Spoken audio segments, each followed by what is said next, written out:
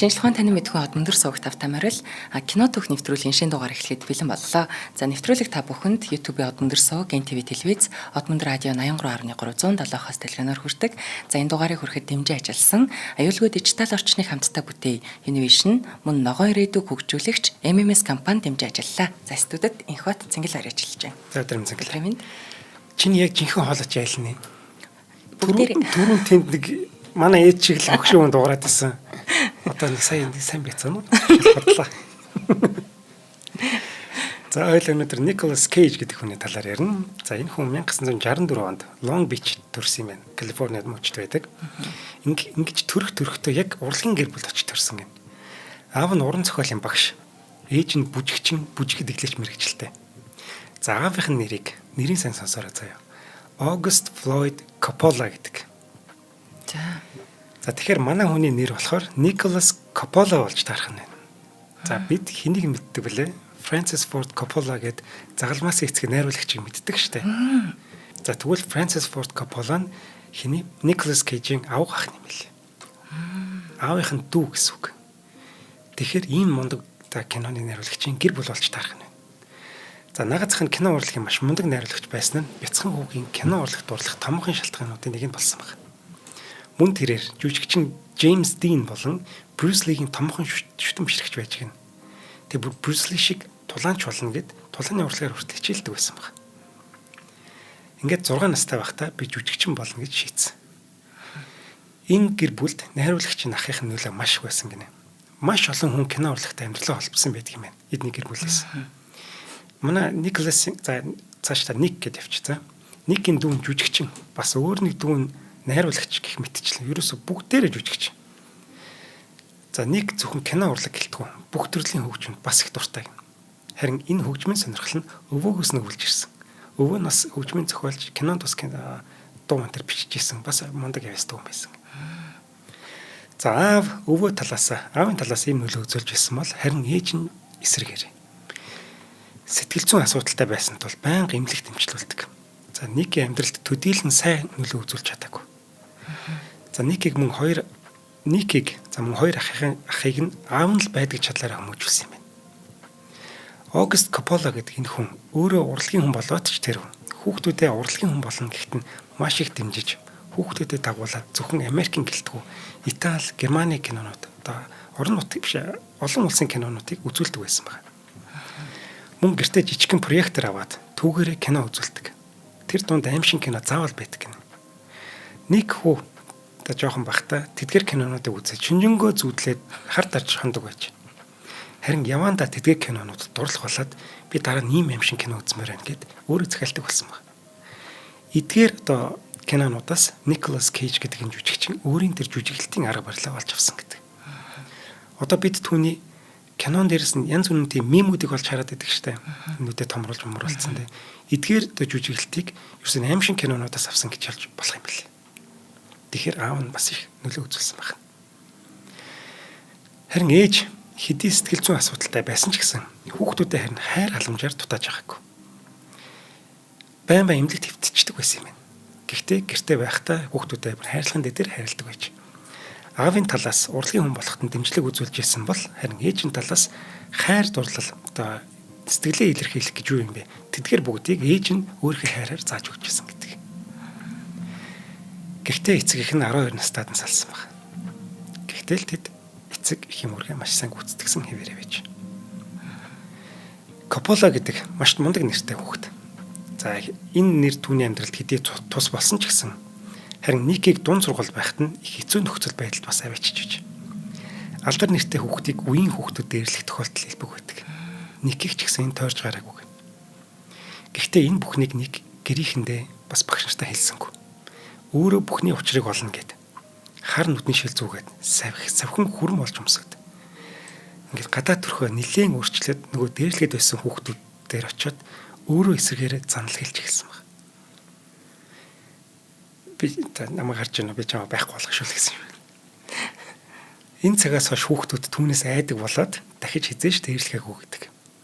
Хэрвээ тэд үргэлжлүүлэн дээрлэхсэн бол Ник нөө Bruce Lee-гээс сурсан хэдэн хөдөлгөөнөө үзүүлэхэд бэлэн байсан баг. За тэрээр Beverly Hills-ийн ахлах сургуульд суралцж байхдаа ер нь багасаа л сургуулийн жүжигч тоглодог. Ахлах сургуульд байхдаа зуны амралтаар жүжигчний сургуульд суудаг байсан гэнэ.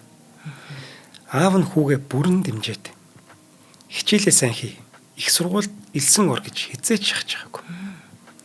Харин дуртай зүйлээ тултлаа хий гэдэг.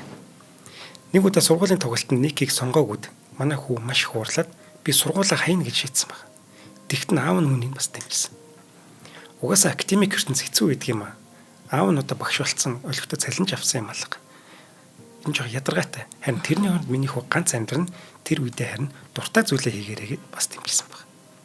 Ингээд 3 хүүтэй Super 8 гэдэг камер худалдаж авч өгөөд тэгээ 3 хүүхэд нь тэрүүгээр өөрсдөө кино хийж тоглодог. Бүр тоглох жившдэг чинь бүр бичлэг хийгээ шууд кино болгож гаргаж байгаа шүү дээ. Ийм одоо маш гоё дэмжиж байгаа зааван тийм байна. Ингээд бүх анхаарлаа жүжигчин болохдоо одоо хандуулах нь зөвөө гэд сургуулаасаа гарахын хүртэл дэмжиж байгаа. За хүү багасаа Францис ахта надад ямар нэгэн дүр хөвчлөлтэй гэд байн ханддаг байж. Зөндөө гойдаг гинэ. Нэг удаа машинтаар хамт явж байхдаа надад нэг дүрийн шалгаруулалт болоод хөвчлөлтэй гэд тэр машин дотор бараг жүжиглж үзүүлсэн баг. Намаа хартаа би ингэж чадна гэлээ. Тэгэд ингэж жүжиглснийхэн дараа тэр машин анир чимээгүй болсон гэдэг.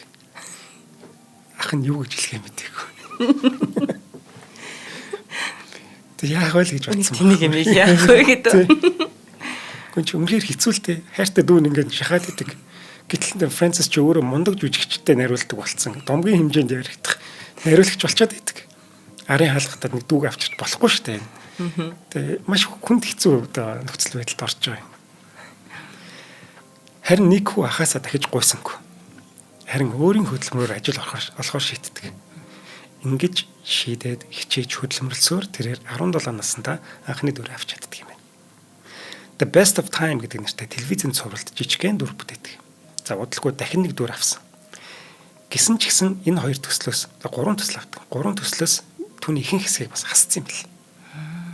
Энд манай маш хууртай байсан. Аргагүй шүү дээ. Багасаа мөрөөдсөн.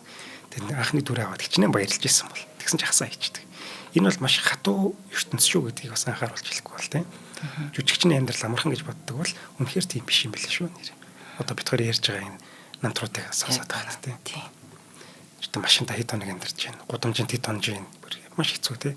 Тэд ч гудамжинд байсаар гудамжиндаа үлдсэн хүмүүс ч гэсэн маш олон байгаа шүү. Тийм шүү дээ. Нөгөө хичээгээд явсныг л яриад байгаа болохоос шүү дээ. Одоо хэдэн мянган нэг л ярьж байгаа гэлээ тийм. За нэг жүжигчний сургуульд суудаг. За мөн шалгаруулалт болгон дээр очдог.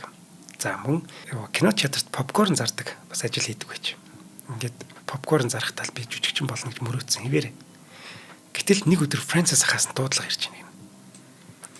Өөрийнх нь шин төсөлд шалгаруулалтанд орж байгаа жүжигчидтэй харилцан жүжиглэж ажиллах хүн хэрэгтэй байна.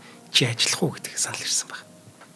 За энэ ямар учиртай ажил вэ гэвэл шалгаруулалтанд Коппологийн шин төсөл дээр хүмүүс ингээ шалгаруулалтанд дээр штэ. Тэгвэл нэг хүнтэй харилцаж ярилцах хэрэгтэй. Тийм штэ партнер хэрэгтэй штэ тий. Тэгсэн чинь тэр нөгөө партнер нь манай Николас гэж байхгүй. Ингээ ер нь бол маш давгүй ажил байхгүй юм чи тий. Энэ саналыг сонсоод хагартлаа баярлсан.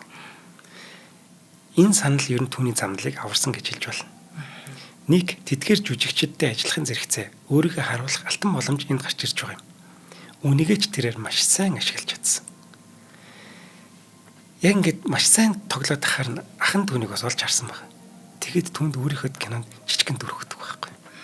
Тэгээ энэс илүү боломж гэж юу аах вэ те? Юу аах вэ? Магадгүй ах нарын хаалга ашигласан ч гэж мэдх юм. Нэг дүүгээ шалгаруулалтанд авчирчгаар бас болохгүй шүү дээ. Энэ чинь юуны ашиг сонирхлын зөрчил гарч байна. Тэгмэд би зүгээр ийм ажилд авч байгаа маа эднэртэй л хамтарч ажиллах юм. Би дүрдээ сонгохгүйгээд зүгээр дүүгээ харуулах гэсэн ч бас даатгах санаатай байсан байж. Тийм нөгөөт нь харуулж чадсан биз дээ. Тодорхой хэмжээнд бүхэнд кино багт. Тийм. За энэ киноны нэрийг Rumble Fish гэдэг. Энд тогсноор нэг зүйлийг маш сайн ойлгосон гэнэ. Би өөрийн хүчээр л амжилтанд хүрэх ёстой юм байна. Магадгүй кино багийнхан түүнийг найруулагчийн дүү болохоор энэ дүрийг авчихлаа гэсэн яриа гарч ирснийг ч үгүйсэхгүй. Тэрийг манай хүмүүс сонссон ч гэж мэдх юм. Гэмтэл нэг өөрийн овгоо солиод шин тайзны нэртэй болохоор шийдсэн баг. Ингээд өөрийн дуртай комик номны дүр болох Luke Cage гэдэг нэрийг аваад тэгээд өөрийнхөө нэрийг Nicolas Cage гэдэг тайзны нэр болгож байгаа юм байна. Ник комик номод маш их дуртай. Хожим алдартай болсон ч гэсэн эдгээр номнуудаа цуглуулсан хэвээрээ байж маш их мөнгө зардаг юм дэ. Маш их цуглуулгатай. Суперменийн анхны хувилбарыг төчөд 30 хонд гарсан гэдэг хөлөө өгдөглөө. Энэ хувилбарыг маш хүнтэйгээр буюу $150 мянган худалдаж авч ирсэн. Гэхдээ харамсалтай нь удалгүй нэгээ хулгайд алдсан юм бэл. Ингээд эндээ ууралсноо яасан. Өөрийн бүх цуглуулга $1.6 сая зардаг. Ийм арим цуглуулгатай байсан байхгүй. Тэгээд тэнд чинь винтэж юм зөндөө байгаа шүү дээ. Задлаагүй цаа шинээр энэ төр амар юмнуудаа зарж байгаа байхгүй. За саяхан Мартин Скорсезе нэг мэдээлэлэдэг. Комик номоор хийж байгаа кинонууд синема биш. Муулдаг байхгүй. Тэгэхэд харин Николас Кейж нөгөө талд нь гарч зогсдог. Юу яриад байгаа юм чинь. Өөрийнхөө хайртай юм хамгаалж шүү дээ. Тийм бай. Ингээд дараагийн кино төслүүдээс л шууд энэ шинэ нэртэйгээ оролцож эхэлж байгаа. Nicolas Cage. Valley Girl гэдэг энэ төсөл тэрээр Valley Girl гэдэг нэг шид төсөл сонгогдоод гол дөрүүдийн нэгд сонгогдож чадчих. Нөгөөх нь Rumble Fish дээр бас өөрийгөө харуулсан байгаа зү. Тийм байна. Энэ кинонд ирэх шүм түүний тоглолтыг шүмжлэгчид үнэхээр магтчихсан. Энэ киногоор түүний жүжигчний замнал жинхнээсээ ихсэн гэж хэлж болно. Өөрийн хүчээр гарна гэсэн шүү дээ. Тэгээд Valley Girl дээр яг өөрийгөө жинхнээс харуулж байгаа байхгүй. Ингээд дараагийн кино төслүүдээс шууд мундаг хүмүүстэй ажиллаж эхэлж байгаа. Домогт Sean Penn-тэй хүртэл хамтарч тоглодог. За мөн энэ жилдээ Birdie гэдэг кинонд тоглосон нь Cannes кино фестивалаас Grand Prix шагналыг хүртэж чаддаг. Ингээд эндээс юу харагдаж байна гэхээр тэр шууд мундаг кинонд тоглоод эхэлж байгаа байхгүй. Cannes кино надад жинхэнэ уран бүтээл толгодог тийм юу шүү дээ. Шагнал шүү дээ. Grand Prix гэдэг чинь 2 дугаар шагнал байгаа. Palme d'Or ч 1 дугаар шагнал санагдаж байна те. Гэтэл удалгүй Францис хаас нь хүртэл урилга ирдэг болдог. Манай хүн ч зөвшөөрнө. The Cotton Club гэдэг нэртэй энэ кинонд хэдий жижиг дүр авсан ч гэсэн нэг дүртэй маш сайн бэлдсэн гэнэ. Ер нь түүний дүрийн бэлтгэлийг их сайн гэж үнэлдэг. Жин хаях гэх мэт одоо ярьдаг штэ. Эднийг бол торлгүй хийдэг. Тэгэд бие ч гэсэн мундаг хөгжүүлдэг. Нэг кинон дээр тэр Ghost Rider гэдэг хоёлаа сүлд ярих юм. Энэ дээр Ghost Rider дээр ингэдэг баг. Энэ биений хөгжүүлэлтийн юугаар CGI-аар эффект ашиглаа хийчих чинь. Тэгтлээ бэлддэг байхгүй. Nicolas Cage ийм хөгжигчүүд яаж юм байж чадах юм гэж цаатаж бэлдсэн чадсан байгаа байхгүй. Тэгэд хүмүүс энэ CGI юу вэ гэдээ шоолоод харна. Тэрнээс хойш юу бие хөгжүүлэхэ болсон гэсэн. Угаасаа би надаар нартай итгэхгүй юм шиг. Энэ цоглуулга хайдаг шиг юм болж тээ. Зардаг шиг л. Энэ ер нь жоохон хайчмаар жоохон ер нь жоохон хариуцлахгүй юм шүү. Уртчлаад хэлчих тээ. За дүрдээ маш сайн бэлддэг гэсэн. Francis-ийн Cotton Club дээр ч гэсэн маш сайн бэлдсэн. Тэг бүр дүрдээ орох гээд өөрийнхөө машиныг утгаар сэтчихсэн ч гэсэн тохиолдол бий гэн. Энийг нь харсан нөгөө ах нь мэдрэл муутай гэж хэлжсэн юм бэл. Ингээд дүрдээ маш сайн ордог, дүрдээ маш сайн бэлддэг. Ингээд зургийн талбай дээр дүрээсээ ерөөс гарч өгдөг бас. Янз бүрийн итгэж зүйлсийг зургийн талбай дээр хийн. За бүр нэг өдөр нэг удаагийн зураг авалтаар дүрээсээ гарч өгөхгүй им нүүрэн гинтсэн нэг хэсэг тоглодог байхгүй юу. Тэг зураг дуусчаад ах чинь нөгөө нэг болттойгоо бас хэдэн өдөр явсан гэж. Миний нүүр гинтсэн гэд. Энэ бас жоохон аюултай юм шүү. Энээс болоод бас амиа орсон хүмүүс ч байдаг тийм ээ. За түүнд жүжиглэлтийн арга барил гэж байхгүй. Ерөөсө дураар авахсдаг гэнэ. Хоёул ингээл 2 3 арга барил ярьдаг шүү дээ тийм. Метод актинг ч юм уу. Тэгвэл тэр мэрийг ерөөсө тоодог. Тэр үедээ юу мэдэрч чинь яаж жүжиглэмээр байна тэр үгээрээ л жүжиглдэг. Тэрэн дээр бас зохиол дээр их анхаардаг. Зохиолоос шалтгаалаад яг дүрдээ орох уу яах уу гэдгийг бас шийдэдэг байх шүү. Зохиол хамгийн чухал та нэрээ тийм. Тийм. Нэг өөрийн төсөөлөл нь хаана аваач нь шууд ишээгэл явдаг юм шиг байна. Өөрийгөө шин зүйлс сорих маш их дуртай. Аль болох нэг дүрээ дахин гарахгүй хичээдэг. Энэ юу гэсэн үг гэхээр 20 дугаар ангид эзэж тоглодог гэсэн үг. Адал явдлыг эргэлхийлэгч одоо бас үнэхээр итгээд нэгэн жүжигчин болж гарч ирж байгаа юм. Хоёлаа юм тэтгэжтэйг танилцсан. За. За нэвтрүүлгийн хамтран ажиллагчаар аюулгүй дижитал орчныг хамтдаа бүтээй, Unitel дэмжиж ажиллаж байгаа. Тэгэхээр Unitel Group маань хэрэглэгч олон нийтийн дижитал мэдлэгийг нэмэгдүүлээ, захим орчны эрсдлээс урьдчилан сэргийлэх зорилготойгоор үлгэртэл байдаг гэдэг одоо ийм нөлөөллийн кампанид ажлыг хэрэгжүүлж байгаа. За энэ ажлын одоо гол онцлог нь кибер аюулгүй байдлын талаарх мэдээллийг хүн болгоны сайн мэддэг тэр үлгэрийн түүхүүдээр дамжуулаад тэгээ ойлгомжтой сонирхолтой хэлбэрээр хүргэж байгаамаа. За жишээлх юм бол одоо захим орчинд хялбар аргаар мөнгөтэй олгоно, хөрөнгө оруулах юм бол илүү хурдан ашиг олно, хэд дахин нуулна гэсэн ийм амлалтаар хүмүүсийг хуураад заллиж тэр амьдралтаа одоо хөлс хүчээ шавхан байж олсон тэр эд хөрөнгийг бас хуйлахтах янз бүр тохиолдлууд гардаг. Тэгэхээр ийм зүйл бол үлгэртэл байдаг шүү. Өнгөө юм хулганы авахнд байдаг гэдэг шиг. Тийм болохоор ийм дижитал залилангаас өөрийгөө хамгаалж зөвхөн баталгаа тех сурвалжаас мэдээлэл авч байгаа чи гэж одоо сануулад байгаа юм. Тэгэхээр манайхан нөгөө ятгах тусам нягтл илүү тэрэн шиг одоо иймэрхүү юмд баталгаатай их сурвалжаас мэдээлэл авч бай. За ер нь бол тэгээд маш сайн нягтлж үзчихье гэж Unitel-ийнхэн маань бидэнд сануулж байгаа шүү. Тэгээд нэвтрүүлэг дэмжиж ажиллаж байгаад баярлалаа. За баярлалаа. За ингээд дүүн мундаг жүжигчин болж өсөж байгааг харсан Францис ах нь түүнийг нь үнэлээд өөрийн шин төсөлтөө гол дүрийг санал болгодог юм байна. Францис Форд Копполагийн төсөлт гол дүр бүтээн гэдэг бол ерөөсө шууд од болно л гэсэн санаа. Ингээд энэ сайхан мэдээгээ дүүдээ хэлсэн чинь нөгөөдөг чарн татгалцчихдаг гэнэ. Наад зохиолч надад таалагдахгүй байна. Яг уу миний шаардлагыг биелүүлвэл тоглож болох юм энэ төр гэж томорж болсон. Зохиолд өөрчлөлт оруулах нь үстэй яах нь вэ? За. Гэхдээ яг зохиол гэхээс илүү дүрд өөрчлөлт оруулах хүсэлтэй байсан юм байна. Тэрээр өөрийн тоглох дүрийг өөрийнхөөрөө тоглоно. За өөрийнхөөрөө өөрчилнө. Дуу хоолойг би өөрөө сонгоно гэдэг ийм шаардлага тавьсан юм байна. Ах нь эдгээрийг зөвшөөрдөг.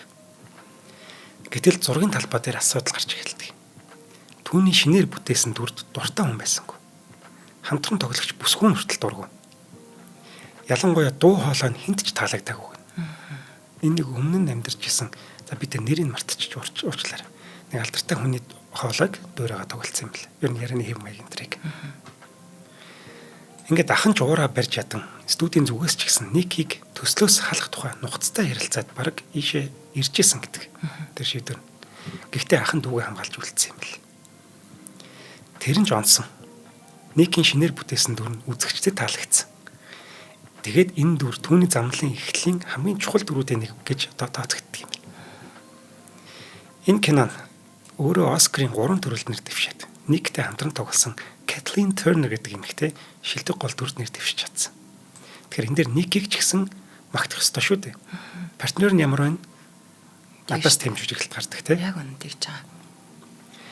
Харин харамсалтай нь энэ хоёр жүжигчин зургийн талбай дээр таарамж муутай байж. Харин Ник дараагийн кино төслийн гол дүр эмэгтэй харин тааламж маш сайтай байж. Тэр эмэгтэй домогч шээр байхгүй. Дуучин жүжигчин шүү дээ. Эдний харилцаа бүр төслийн сонгон шалгаруултаас л маш сайн болж эхэлсэн гэдэг. Ник тэр шалгаруултан дээр очиод сайн жүжиглэж чадаагүй мэн. Тэгээд түүнийг төсөлд сонгохгүй гэсэн чинь шээр энэ дээр оролцсон гэнэ. Хэрвээ та нар Николас Кейжийг сонгохгүй бол би төслөөс гарлаа шүү гэж зурдуулсан баг. Никийг өмнөх төслөөс киноноос нь харсан юм байна л да шээ. Тэнгүүтээ энэ ямар гоё өөрийнхөөрөө мөр ингээд нэг итгээд юм бэ. Бүр манайхаар юу гэдэг штэ. За тэр үгээ марцчлаа. Тийм ямар гоё тоглолт юм бэ. Бүр тийм галзууч юм шиг гэж бодсон байгаа байхгүй. Тэгэд энтэй нэг тоглоод үзчихсэн ингээд тэгсэн шалгууралтаар Ник ирээд тэгээд тавал зурхаж байгаа байхгүй. Moonstruck гэдэг. Энэ кино тийм. Энэ киноны зураг авалтын үеэр Ник өөрийн анхны за бараг цорын ганц гэж хэлж болох тэр нэг хайртай бүсгүүтгээ танилцсан юм байна. Энэ бүсгүүг Patricia Arquette гэдэг. Ник тэр бүсгүүд анхны харцаар л дурлаад танилцаад 5 цагийн дараа гэрлэх санал тавьсан гэдэг. Мэдээж Patricia гэдэг энэ бүсгүй Никийг тоглож ийн л гэж бодсон шүү дээ. Тэгээд ч хариу тоглоом хийгээд чи надад энэ даалгаврыг биелүүлээд ирвэл би чамтай гэрэлж болох юм гээд биелэхэд маш хүнд хэцүү тийм даалгавруудыг өгсөн гинэ. Зүгээр тоглоомоор. Тэгсэн чинь Ник хэдэн өдрийн дараа нөгөөдүүлэн биелүүлээд хүрээд ирсэн. Тэгсэн чинь Patricia шууд айсан гинэ. Чи айн штэ нэг хүн танилцаад 2 хон хонжиж би чамтай гэрэлмээр байна гэд танилцсан өдөр хэлж мэлээд гарч байна. Энэ мэдрэл муутай гэж бодсон шүү дээ. Тэгэд за чи надад тагч харьцахгүй надад хизээч битгий уулзаарай гэд тэгээ зайгаа бариад энэ хоёр ярилцаа дууссан юм бэл. Дууссан. Тий. Бүтлгүйтсэн гэсэн. Гэхдээ хэдий хайр дурлал нь бүтлгүйтсэн ч гэсэн Ник маань одоо аль хэдийн Холливуд данстай жүжигчин болсон байна. Том одууд, том найруулагчид, продюсерууд түүнийг үнэлдэг болоод кинонд өрдөг болсон байна. Гэтэл тэрээр анхны дүр авснаас хойш 5 жил өнгөрч байгаа шүү дээ. Тэгэхээр ямар их мундаг хөдөлмөрлсөн нь өөрийгөө дайчилсан бэ гэдг нь эндээс харагдаж байгаа. Тэндээч тэрээр ирээдүйд маш олон кино төсөлд оролцох болсон. 3 жилийн хугацаанд 8 кинонд томоохон дүр авч чадсан байна. Эдгээр кинонуудын донд Vampire Kiss гэдэг нэртэй кино байна. За энэ киноноос нэг олон юм яриад байх юм байхгүй. Харин дугаар нэг мим байдаг. Одоо хүн болгоны мэддэг нэг мимийг энэ киноноос авсан юм байлээ шүү гэж зүгээр мэдээллийн чанартай юм гэж байна шүү. Харин 1990 онд гарсан Wild at Heart гэдэг кино маш амжилттай болоод Cannes кино наадмаас Palme d'Or буюу хамгийн дээд шагналыг авдаг. Хэдий манай хүний тоглолтыг шагшин магтаж байсан ч гэсэн тэрээр ямар нэгэн шагналд нэр дэвшиж чадахгүй хэвээрээ. Ер нь ямар нэгэн шагнал байхгүй. 1990 онд буюу одоо Cannes кино наадманд буснуулж явж байхад тэрээр Кристиана Фултон гэдэг нэртэй үнэлж жүжигчин бүсгүйтэй болцож эхлээд хосоо дуудлах хүүхдэд болсон. Гэхдээ Никт хүүхдэд харах зав байсангүй. Үүнд найз бүсгүй маш гомдолдог. Чирээд хүүхдэд хараач, хүүхдэд илүү цаг зарцуулаач. Гэтэл нэг ч одоо яг жинхэнэ эд үе дээрээ байгаа жүжигчин шүү дээ. Яг энэ дээрээ бүр маш олон төсөлд оролцмоор байдаг. Ажлаа хиймээр байдаг. Тэгээ энэ асуудлаас болоод хосууд хоёр тийш болсон юм. Ингээ ямар ч байсан нэг маань анхны хүүхдэд өдөртөж авсан байна. Гэр бүлийн байдал ингээ бүтлгүйтсэн бол замналан ч гэсэн бас ийшээ явчихсан. Жохон урууд аж эхэлж магадгүй энэ хүүхдээс эхнэр хүүхдээс нь болсон байж магадгүй. Салснаас болж тий. Эхнэр хүүхдэд буруу байхгүй шүү. Оролцсон кино төсөл бүхэн нь бүтлгүйтж эхэлсэн. Харин 1992 онд тэрээр Кристен Зан гэдэг бүсгүйтэй танилцаад 2 жил үргэлжсэний дараа нэгэн өдөш өвдөг дээрээ сөхрөн байж найз бүсгүйтэй гэрлэх санал тавьдаг. Бүсгүн ч гэсэн тэр саналыг зөвшөөрдөг.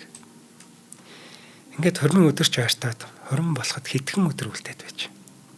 Гэтэл гэнэт Патриша буюу Никийн анхны хайраас дуудлага ирдэг. Нэг чи тэрийг биелүүлээд ирээ чи гэдсэн бүсгүй ш тэр. Чи одоо ч гэсэн надтай гэрэлмээр байгаа хэвээрээ юу гэж асуудаг байхгүй. Николас Кейж тэр доороо уцаа шүүрч аваад өөрийнхөө сүйт бүсгүүрөө залгаад би чамаас саллаа гэж хэлдэг. Йоо энэ ач. Аимшигтай байгаа зү. Чи тэр Кристен Зан гэдэг бүсгүйтгийн өмнөөс баталдаг. Хэдхэн хоногийн дараа 20 болох ч идэг. Гэтэл сүйт залууны юм ярьдаг. Энэ дуудлагаас хойш 1 жилийн дараа л Ник Патриша хоёрын 20 болдог. Харин тэдний хамтран амьдрал 9 сар л үргэлжилдэг юм. Өө ямар хайшаа юмтай самарчаад. Харин албан ёсны бичиг баримт дээр 6 жил гэж тэмдэглэгдсэн байдаг юм байна. Гэтэ 9 сар амьдраад тэгээ хоёр тийш болсон юм. 1994 онд түүний тоглосон It Could Happen to You гэдэг кино нээлттэй хийдэ. Энэ кино бол Никийн тоглосон кинонуудаас миний үзсэн хамгийн анхны кинонуудын нэг юм. Энэ маш гоё тийм хөөрхөн романтик кино байхгүй юу? Нэг цагдаа, нэг зөөгч хоёрын амьдралыг харуулдаг. Цагдаа гэр бүлтэй.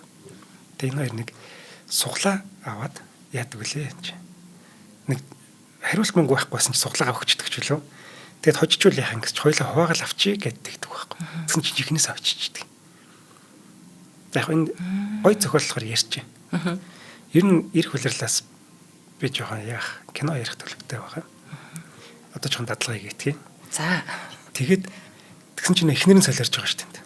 Эхнэр нь хэд хөнгөний шүнэлтэй. Яасан зөгчтэй юм хуугаад байгаа юм бэ гэдэг. Тийм шүү дээ. Тийм. Тэгээ салж сарна гэдэг. Тэгээд над мөнгө надад өг гэдэг.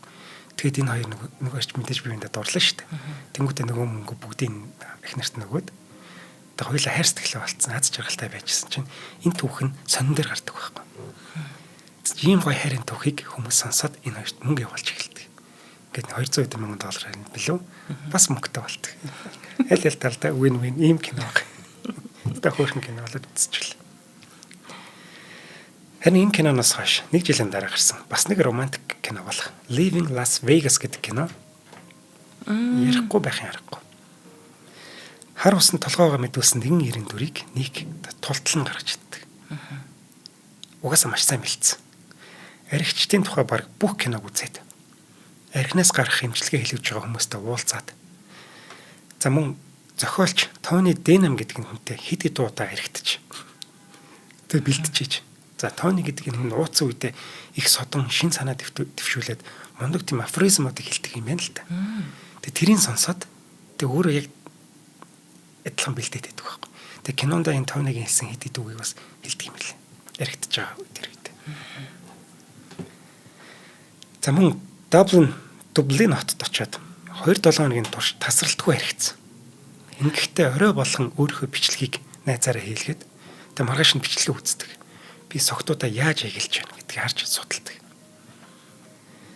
Түүний хэлснээр энэ киноны бэлтгэл үнэхээр сайхан байсан гэдэг. Аргачихгүй л баг. Тэгэд нэг зүйлийг ойлгосон гэнэ. Энэ кинонд би зүгээр л өөрийгөө сул тавих хэрэгтэй юм байна. Ямар ч тийм баг зөөх хэрэггүй.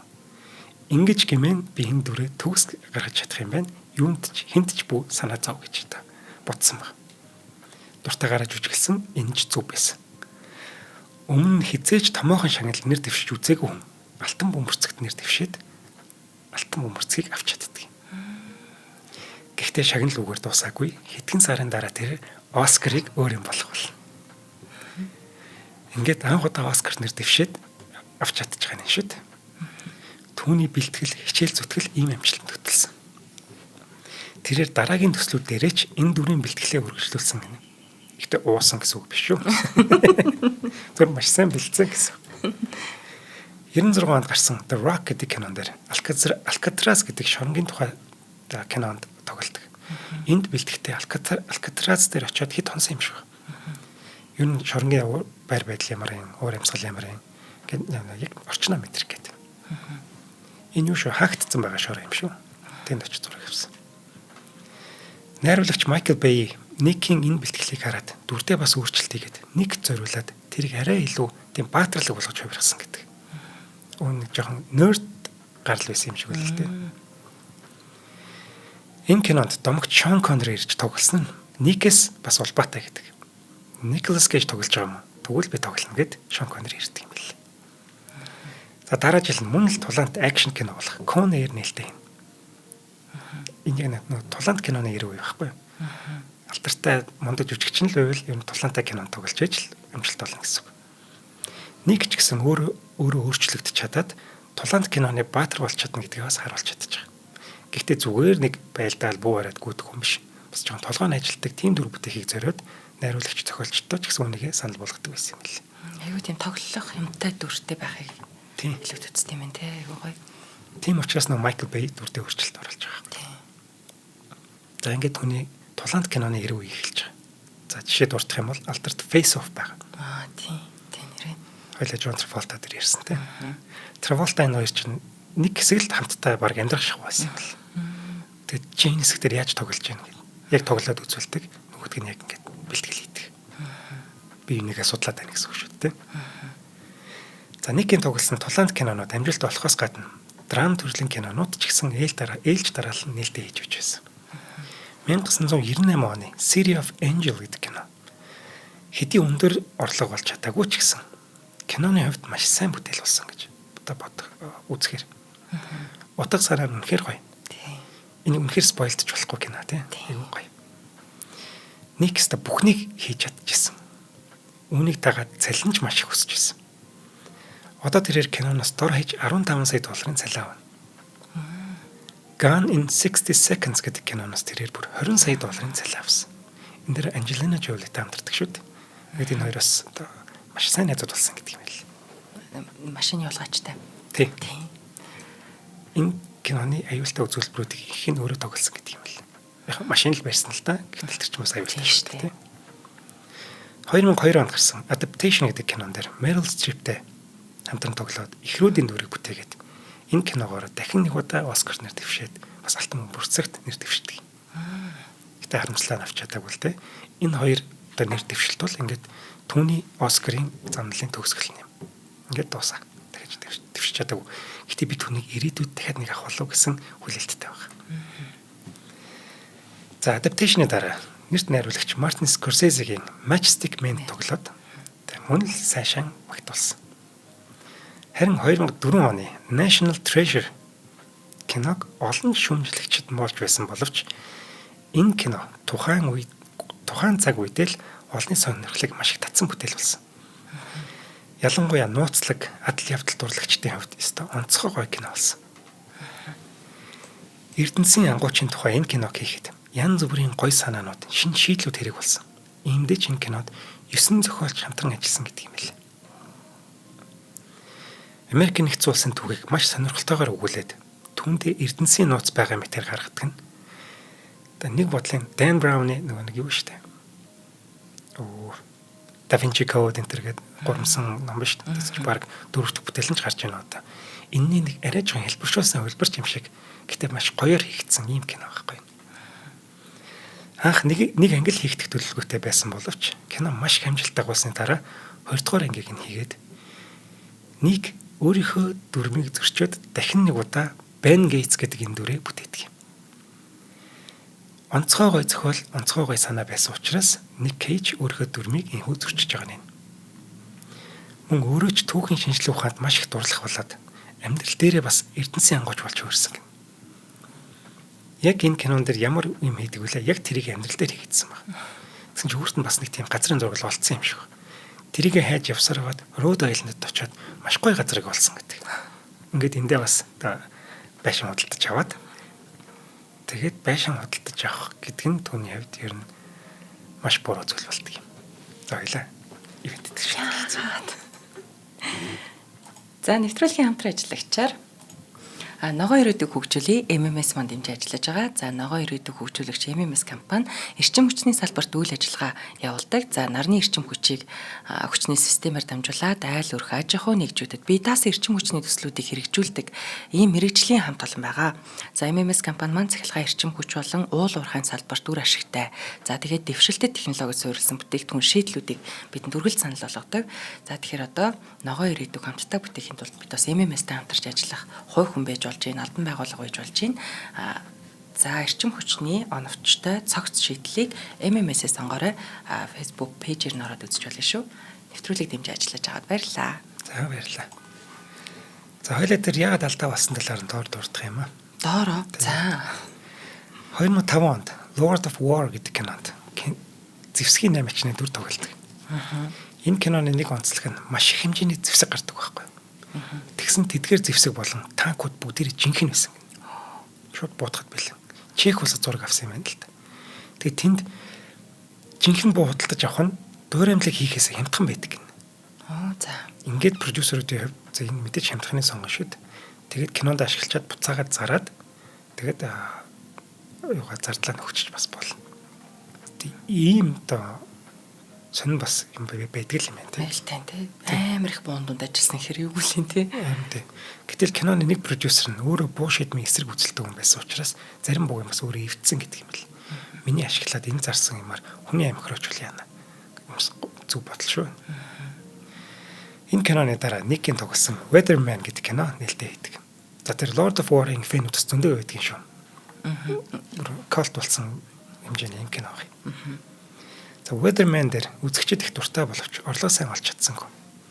Харин энэний дараа гарсан дэлхийн худалдааны төв World Trade Center гэдэг кино 9 сарын 11-ний үйл явдлыг харуулдаг.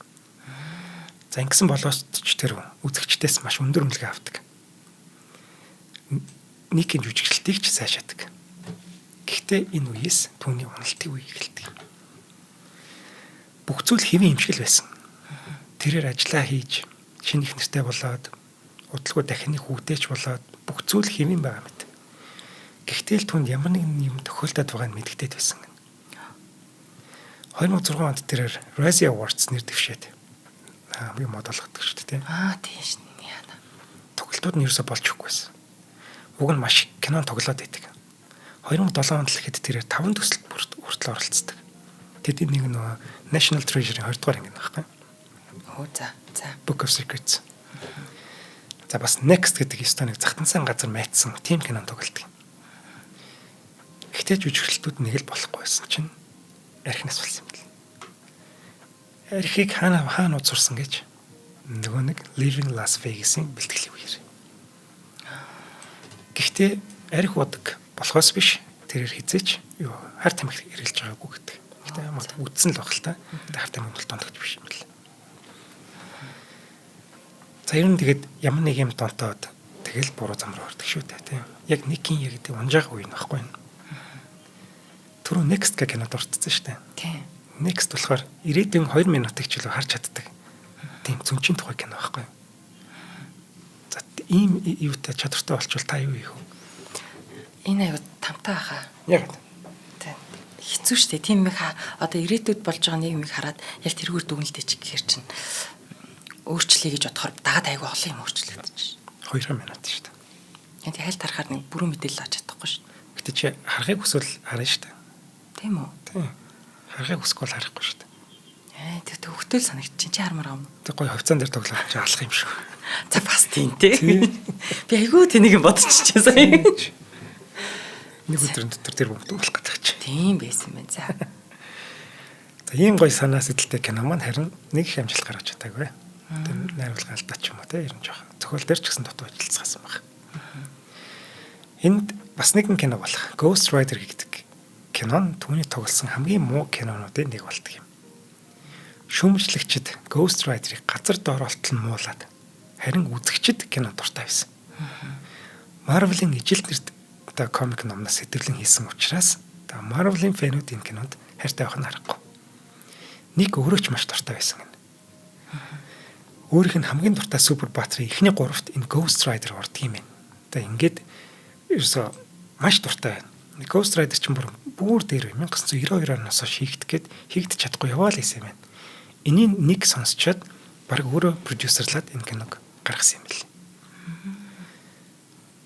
Маш муу шүүмжлэгчдээс маш муу үнэлгээ авсан ч гэсэн яг гайгүй орлого олцсон. Ингээд бүр дараа нь 2 дугаар анги бас хийдэг. Яг үннийг хэлий 2 дугаар анги нь бол үзэж байгаа. Ер нь нэг өөрийн бага насны мөрөдлөө биелүүлээд супер баатрын дүр тоглосон нь энэ байгаа юм. Нас нэлээд явцсан байгаа шүү дээ. Уг нь тэрээр өмнө нь Супермений дүр хүртэл сонгогдоод тоглох шахаж байсан юм. 1990 онд гэдэг баг. 94 онд лөө найруулагч Тим Бертон Супермений киног Супермений 60 жилийн ой зориулж хийнгээд тэгээд Ник Кейжийг гол дүртээ сонгоцсон байдаг байхгүй. Тэгсэн студийн зүгээс зөвшөөрлөг өгсөнгөө ингээд Ник Кейж харамсалтай нь Супермений дүрийг бүтээж чадаагүй. Гэхдээ нөхөн төлбөр болгож $20 сая авсан байдаг. Сэтгэл санаагаар унсан. Яг тоглох чинь гэж бодсон гэдэг. Гэрээ байгуулсан байсан.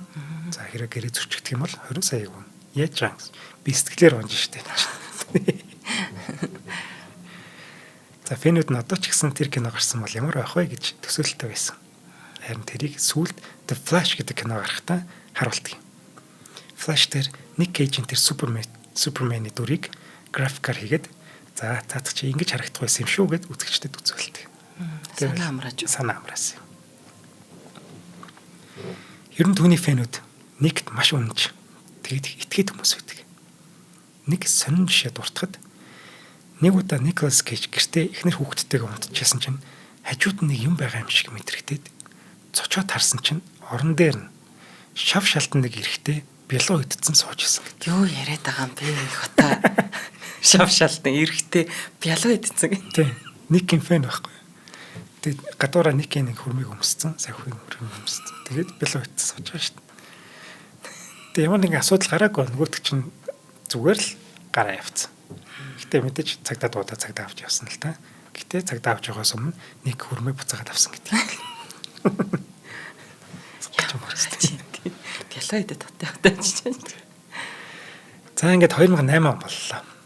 Энэ он бол дэлхийн эдийн засгийн хямрал болоод олон ч хүмүүс хохирол амсаад дампуурлаа зарлаж байсан ийм үе. Тэдний дунд Николас Кейж бит хоёр байсан юм. Яагаад? Ямар хавийн ажилтж байгаа асуудал гараад тэгээд бас би хохирч нь л байгаа зү тий. Тийм байна. Тийм. Миний PlayStation авах байсан мөн. За гуруулаа байсан юм байна. За. Нэг л мэдсэн нэг ямар ч мөнгөгүй болсон байсан. Өөрийнх нь замналынхаа турш олсон тэр $150 сая хайчсан юм бүү мэд. Николас Кейж сайн олохын хэрээр бас мөн сайн үрдэгч байж. Үнтэй байшин.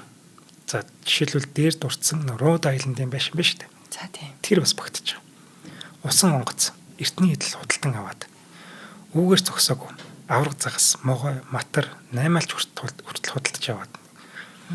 Үнтэй байшин донд нэг зоо парк шиг л амьдардаг байсан юм шиг байна. Нэг дуудлага худалдаагаар үлэг хөрвлийн яс $276,000 худалдаж авсан. Энэ түүхийг монголчууд маш сайн мэднэ. Учир нь тэр үлэг хөрвлийн яс нь Монголоос хулгайлагдаад Америкт очиод дуудлага худалдаанд орсон тийм яс байсан байхгүй. Ингээд нэг маань тэр ясаа манай үлэг хөрвлийн музейд буцаагаад явуулдаг шүү дээ. Иви. Тий хөрх юм энэ дампуурч ядж хахад Яс мас буцааж явуулах гэж бөө юм болсон. Манайхан л байхгүй юу? Хулгаагаар гайлийнхан штэ. Тийм штэ гаргаж ирдэг. Тийм. Тэгээд хөөрхийн никийг ингээд хийж байгаа.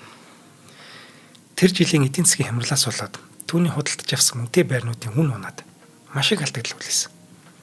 Ядж яхад зарим үнэт эдлүүдээ худалгаад алдаад ер нь байдал маш хүнд болсон гэнэ. Ямар ч мөнгөгүй болоод дээрэд нэмээд дээрээс нь татвар $6 сая өртөө болсон. Энийг төлөх мөнгө байхгүй. Ер нь дампуурахад маш ойрхон ирсэн гэж хэлж болно. Энэ дээр өөрийнх нь яг юу туслахууд нь байгаа л да энэ чинь. Эдийн засгч юу санхүүчин энэ төр байгаа шүү дээ. Тэр юу ямар юм хийжсэн те ийм асуудал гараад иш шүү гэдгийг анхааруулах хэрэгтэй байсан. Нэг ч гэсэн тэдгэр хүмүүстэй сэтгэл дундуур байсан юм билээ. Бас өөрийнх нь хайхрамжгүй хариуцлагагүй байдал ч гэсэн чухал нөлөө үзүүлж байгаа. Бүгдийг хүнд даатгаад тэг өөрөө баруун солгоо үзцаал яваад байна гэдэг бол түүнэл бас буруу шүү дээ. Гэхдээ бас сайн үсэн аянд сайн үсэд тэрээр маш их мөнгө хандивалж ирсэн юм шүү. Нэг төсөлд $2 сая, дараагийнх нь $1 сая гэх мэтчлээ. Ийм их ханд өгдөг хүн байхгүй шүү дээ.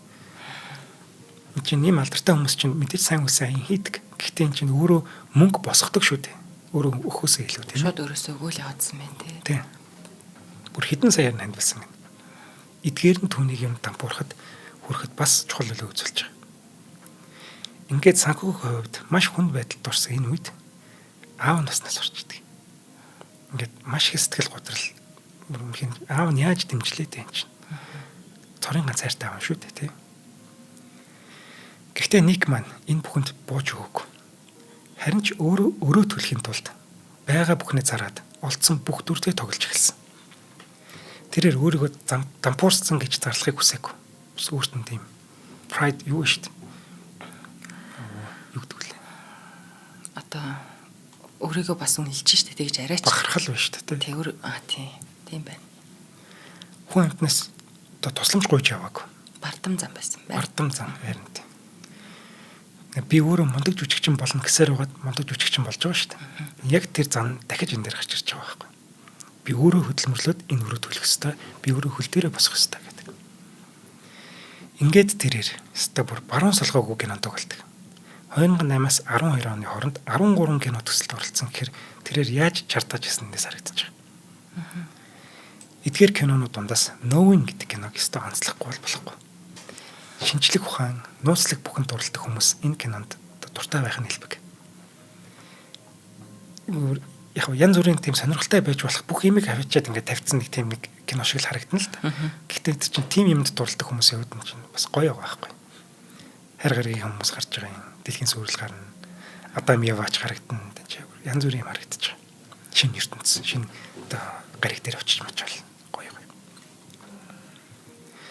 За 2013 онд гарсан бас нэг киног нь маш муу гэж үнэлсэн боловч хэрвээ Николас Кейж энэ кинонд тоглоог бол энэ кино бүр муухай байсан гэд бас нэг тийм магтаалын шинжтэй юм бас орж ирж байгаа юм.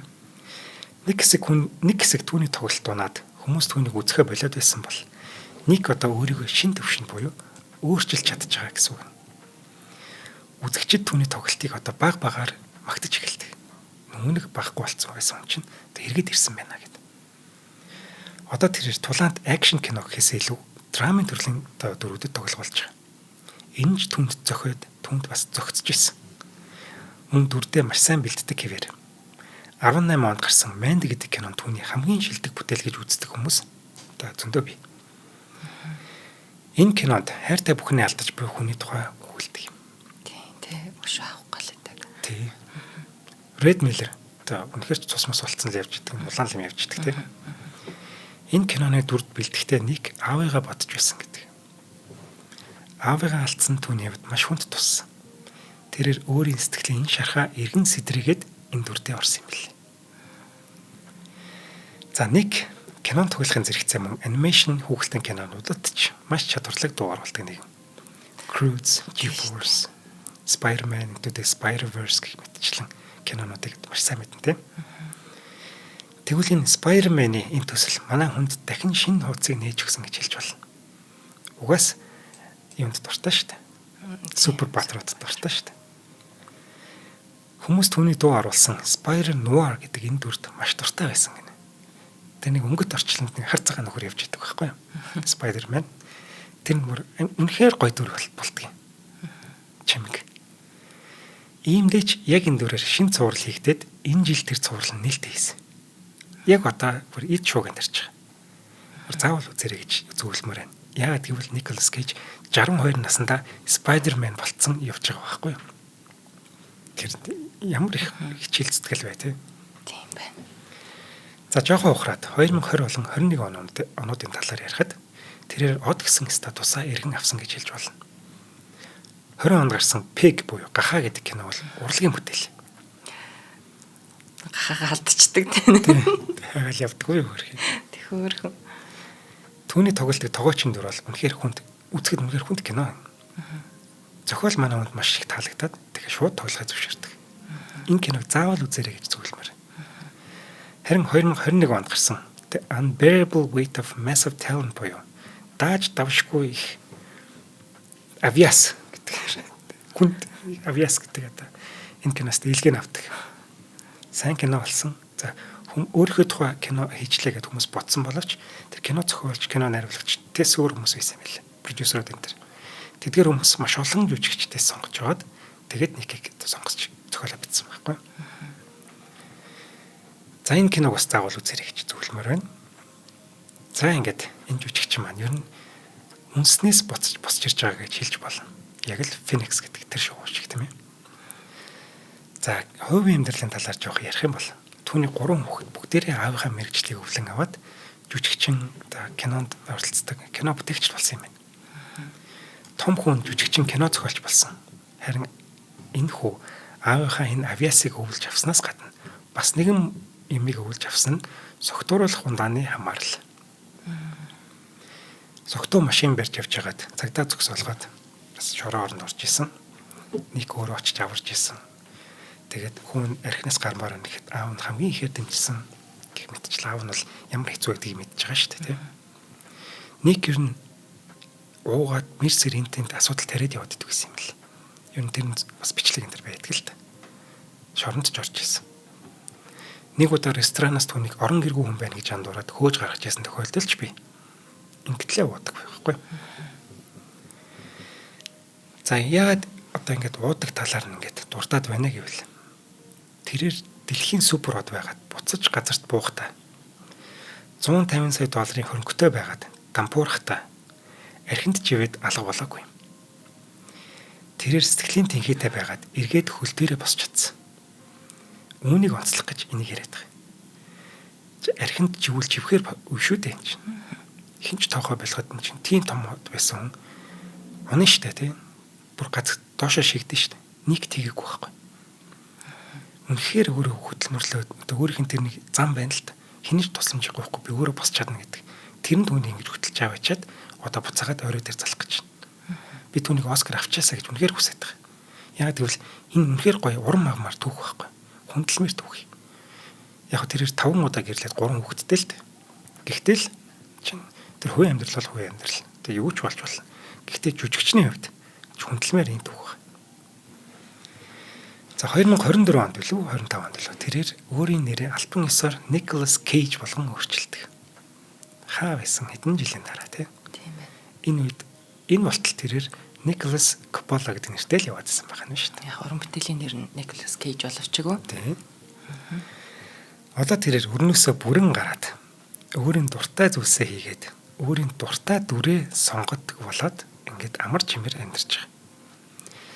Өөртөө байхдаа дуртай бүр хаамаагүй л дүр тоглоодсэн шүү дээ. Одоо тэгэхгүй. Одоо бол өөрийнхөө сонгосон дүртэй тоглоно.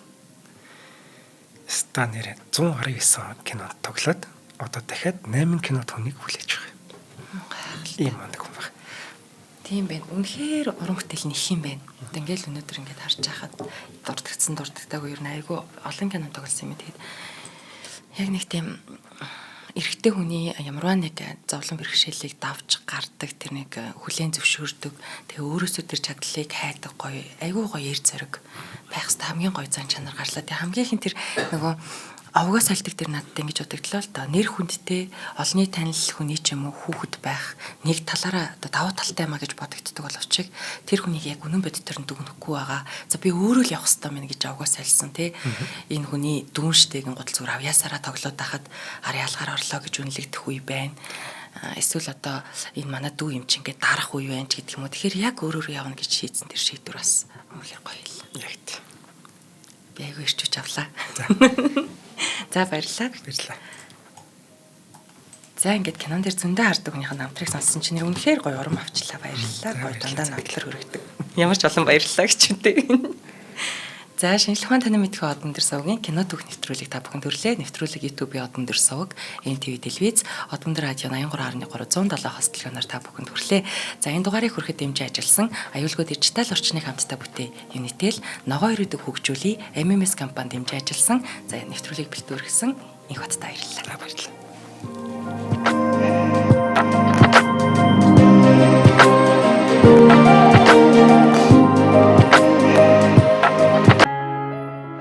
Нэвтрүүлгийг хүлээн авсан Нарны аймгийн монголчуудаа баярлалаа. Одмон дэр сувг нь энэ мэдчлэн таны мэдхүй мянган нэвтрүүлгийг 2026 оны 7 сарын 1 хүртэл та бүхэндээ хүргэх юм. Их хэлээрээ шинжлэх ухаан танин мэдхүйг түгээх нь үлсэд нэгтгэх хүсвэл та бидэнд хандив өгөх боломжтой. Жилдээ ганцхан удаа 100,000 төгрөгөөр биднийг дэмжснээр шинжлэх ухаан танин мэдхүйг түгээх энэ үйл хэрэг амжилттай үргэлжлэх юм. Одмондөр нэр дээрх Худалдаажлын банкны дансгаа 4191 Тэг 4518. Та 100,000 төгрөгөөр шилжүүлэхдээ гүйлгийн утга дээр нь өөрийн нэр болон утасны дугаараа заавал бичээрэй. 100,000 төгрөг хандалснаар Одмондөр сувгийн алтан гишүүн болох юм а. Шинжлэх ухаан танин мэдхүй Монголд ялах болтугай.